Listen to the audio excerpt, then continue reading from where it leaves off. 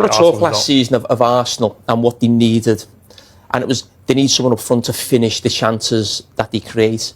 I've never believed Arsenal's problem was finishing. Arsenal's problem is creating. That was the problem for them last season. They don't create enough. You can look at sort of the goals they scored, their XG, the numbers, it's all there in black and white. But here's the other side of the story. Here is the Arsenal head coach, Mikel Arteta. Well, Mikel, obviously a moment of brilliance is part of it, but why do you feel that game's gone Liverpool's way? Well, obviously very disappointed with the result. Very proud of my players. I think both teams, we elevated the game to a level that it was no margins between the two, and very little happens. A lot of action in many areas, not that much in the boxes, and it was going to be decided in two possible actions: an individual error or a magic moment, and it was decided on a magic moment from the side. For about an hour, did you feel like it was going almost perfectly to plan? Obviously you'd have preferred to be ahead, and then did something change around about the hour mark? Yeah, you cannot dominate here 95 minutes, it's impossible, and you're going to go through those moments, and it was a moment when our keeper had the ball in the hands and then we didn't have any sequences of play afterwards, but we navigated without conceding anything. But at the end, again, I said, you need to find a way to win these big matches. A lot of times are individual magic moments that decide them, and for sure that was a case with an unbelievable free kick.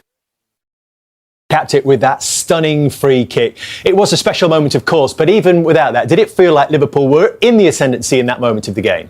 Yeah, Liverpool went at the races first half, and where they were really poor was in the press. So you actually look, this is Liverpool pressing man to man. Szoboszlai wins the ball back, and Roy mentioned at half time both teams not playing forward. Look at that Virgil van Dijk between the lines. It was so difficult to find space in there in that first half, especially trying to get the ball into Florian Wirtz, but into Curtis Jones there, gets the wrong side of Zubamendi, and we can see it is a foul. And 32.3 yards out. You'd think Arsenal would feel relatively safe because it's so straight as well. Yeah, but like Szoboszlai was saying, the risk factor, but I always feel the ball gets quicker the closer it gets to the goal as well. I mean, the goalkeeper obviously comes to the side, but you just got to just admire the strike. And we've all been in the situation before when you, after training, you take free kicks and who's going to take the best one. But look, you just admire this. You see Rhea come over and it just picks up more pace. It's an incredible finish, and just to see the ref come here, which is great for them. Well, you see the shape of the foot on that angle as well. I think a lot of people might be practicing this tomorrow out in the parks, and I think there'll be a lot of balls going through windows and over fences. No doubt. But it was that good. Obviously, the keeper did anticipate. He took them couple of steps. He gambled. He knew where he was going, but just couldn't stop it. Too accurate and too much pace in it. Fantastic. Did the game need a moment like that? Yeah, we always want to talk about goals after games, but sometimes you do need a special goal to win a big game, and it certainly was that. And I think Liverpool on the second half performance deserved it. They were just, sometimes maybe at half time we talked about tactics, but I bet you the manager probably just said, listen lads, you need to liven up a little bit, a bit more forward passes. Subs made a bit of difference, gave them energy. Obviously Jones winning the free kick there. And for all Arsenal, a bit like when they were at Old Trafford, if Arsenal attack and play that day and today just wasn't good enough, not sharp enough. They need to do better. You agree with that, Theo? Look, I wouldn't say that Arsenal were at the level where they didn't deserve to win the game. I don't think anyone really deserved to win the game. It was always going to be a moment, I felt, today to make sure that win the game.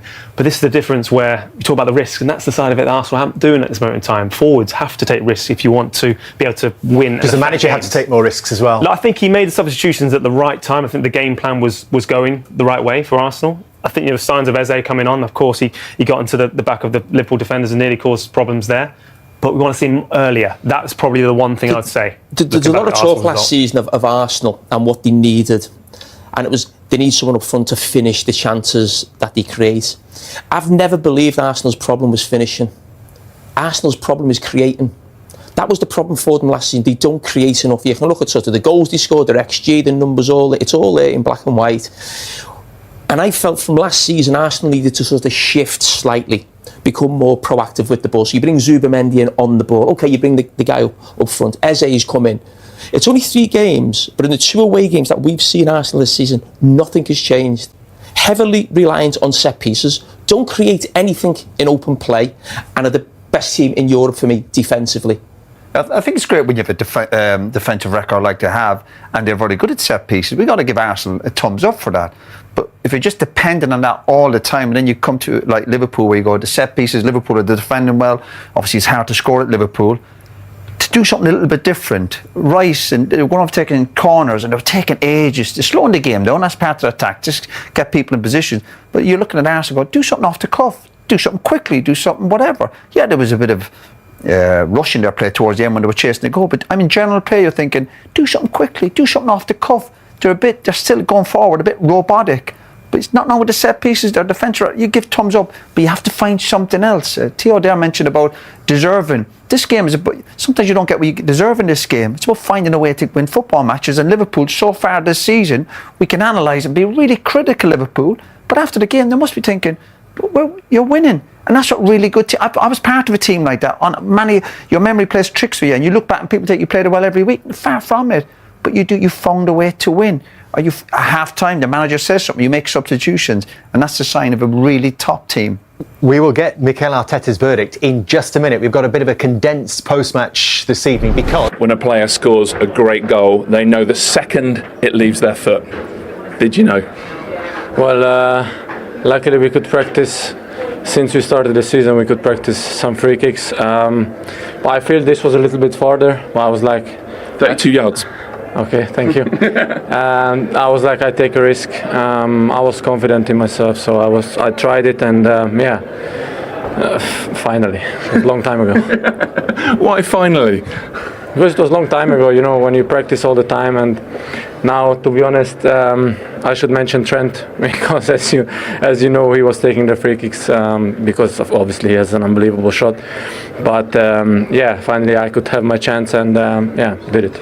You mentioned Trent. Actually, on commentary, Cristiano Ronaldo was mentioned with the technique. So when you talk about practice, is that obviously it's that technique that you practice again and again and again? To be honest, this shot I didn't practice in the last few weeks because we were shooting from closer, and if you are closer I shoot different way, but I had to take a risk and shoot it a little bit harder because I knew, of course, Raya likes to jump behind the wall, and of course is an unbelievable goalkeeper, so if I think if it goes a little bit more inside, he saves it. Right. Oh, so, but you're also aware of him as a goalkeeper making that move the other way. That's interesting. Yeah, I was looking a lot of videos. Does it take risk to win a big game like that? I think you've used that word a couple of times. Yeah, of course. They had an unbelievable season last season, and of course the two before that as well. 3 times in a row becoming second. To be honest, it's a compliment because always to keep on going behind or with City, with us, with Chelsea, with these kind of teams, it's really hard, and they always do it, and they have an unbelievable team, unbelievable coach. So we have to keep on fighting. I just want to ask you about a VAR check. You may not even know it happened, but there was a long throw, came over a sea of bodies, just hit you on the arm. It was checked and cleared. What do you remember of it, if anything? To be honest, when you don't tell me now, then I don't even remember it. There is with the corners, with the long throwing, there is jungle. So I didn't even notice that someone touched my arm. If it was the ball, if it was the guy, so I don't even know. Well played. I believe you were going to be player of the match even without the free kick. So you definitely. OK, let's speak to one of the men who was celebrating in front of Dan and his teammates on Monday, and celebrating again, the Liverpool captain Virgil van Dijk at Anfield. Virgil, good to see you again. Well done. How good does that feel? First of all, Dan, how did you manage to get in there, though? Speaking, mate, hey, listen, I'm a lot more happy for you today than I was Monday. That. No, listen, it was a tough game, obviously, what was expected. I think the feeling I got right now, I think we started quite well. I think Arsenal got a lot more control in the first half toward like the last 20 minutes, especially 30 minutes maybe even.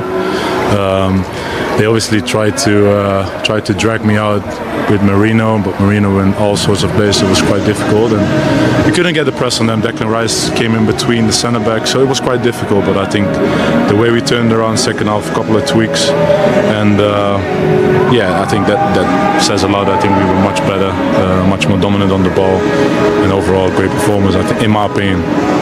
Chances few and far between. Just in the first half, when David Raya played it out straight to you, did you think, Virgil, about shooting in that situation? I should have done it, but I was panicking that a little bit, I think.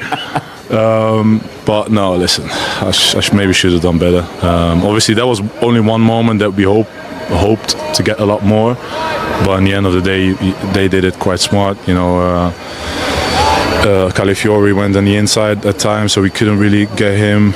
It was difficult, especially the first half. But like I said, second half we did it much better and got a lot more control. We were good in possession. They didn't really could do that press that they wanted to do, and I'm glad we managed to get the 3 points.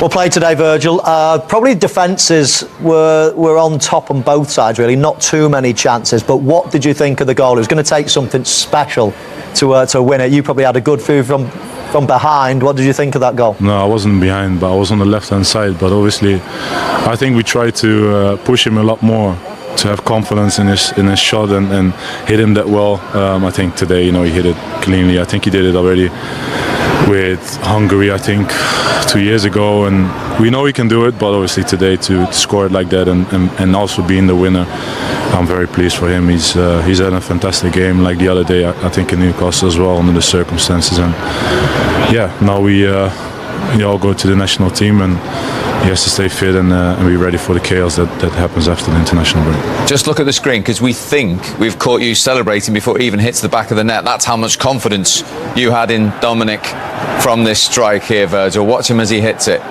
There you go.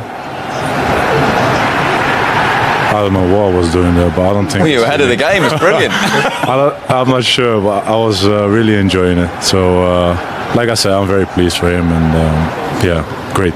Overall, 9 points from 9. First clean sheet of the season today. I mean, what a start of the defence of the trophy. I know it's early days, but you've got to be happy with that going into the international break.